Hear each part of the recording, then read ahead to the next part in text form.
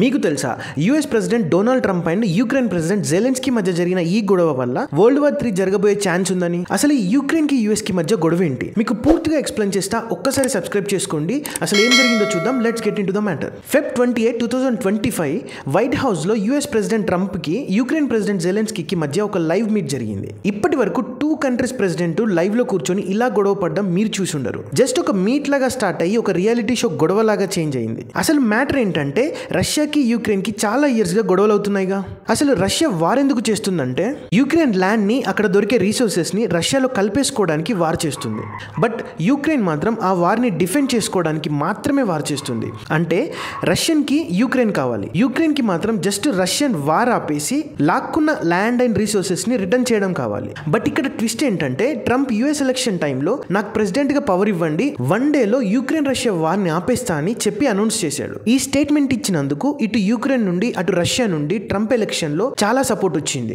Like social మీడియాలో promote చేయడం are funds provide చేయడం లాగా. సో ట్రంప్ గెలిచాడు. అందుకే ఈ వార్ ఆపమని ఇప్పుడు వైట్ హౌస్ లో యుక్రెయిన్ ప్రెసిడెంట్ జెలెన్స్కీకి యుఎస్ ప్రెసిడెంట్ ట్రంప్ కి మీట్ జరుగుతుంది. జెలెన్స్కీ అడుగుతుంది ఒకటే, రష్యాని వార్ ఆపమని మీరు మాట్లాడండి, మా ల్యాండ్ అండ్ రీసోర్సెస్ మాకు తిరిగి ఇప్పించే డీల్ చేయండి అని అడుగుతున్నాడు. కానీ ట్రంప్ మాత్రం ఆ క్వశ్చన్ కి ఇచ్చిన ఆన్సర్ చాలా షాకింగ్ గా ఉంది. ఏమడిగాడంటే ఇప్పటి నుండి యుక్రెయిన్ కంట్రీలో ఉన్న నేచురల్ రీసోర్సెస్ నుండి వచ్చే ప్రాఫిట్ 50% షేర్ అమెరికాకు ఇస్తేనే ఈ డీల్ ఓకే, రష్యాతో నేను మాట్లాడతా వార్ ఆపమని చెప్తా అని అన్నాడు. లిటరల్ గా లైవ్ మీట్ లో ఇలాంటి డీల్ ప్రపోజ్ చేశాడు. ఈ డీల్ ని యుక్రెయిన్ డైరెక్ట్ రిజెక్ట్ చేసింది.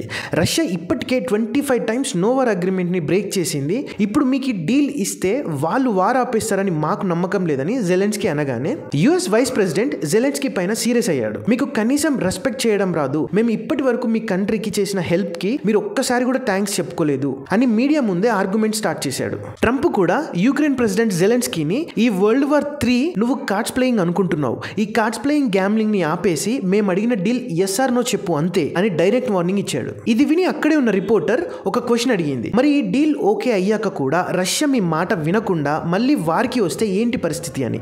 దానికి ట్రంప్ చేసిన ఆన్సర్ దారుణం. అసలు ఇప్పుడు సడన్ గా నీ తలపైన ఒక బాంబు పడితే ఎవరేం చేస్తారని ఆన్సర్ ఇచ్చాడు. బేసిక్ గా ఇలాంటి ఆన్సర్స్ బిగ్ బాస్ లో గానీ సీరియల్స్ లో గానీ వింటాం మనం. అలాంటిది ఒక అమెరికా ప్రెసిడెంట్ ఇలాంటి మాటలు మాట్లాడుతున్నాడు. ఈ డిస్కషన్ తర్వాత Ukraine president deal not okay చెప్పి వైట్ హౌస్ నుండి వెళ్ళిపోయాడు. ట్రంప్ ఇంత ఆరోగెంట్ గా ఈగోయిస్టిక్ గా మాట్లాడడం చాలా కంట్రీస్ ప్రెసిడెంట్స్ కి నచ్చట్లేదు. అందరూ యుక్రెయిన్ ప్రెసిడెంట్ జెలెన్స్కీకి సపోర్ట్ చేస్తూ ట్వీట్ చేశారు. ఇదంతా డిస్కషన్స్ వల్ల యుక్రెయిన్ రష్యాకి అవుతున్న వార్ కాస్త US plus Russia versus Ukraine war గా జరగబోతుందా? మీకేమనిపిస్తుంది? కమెంట్ లో చెప్పండి. Thank you.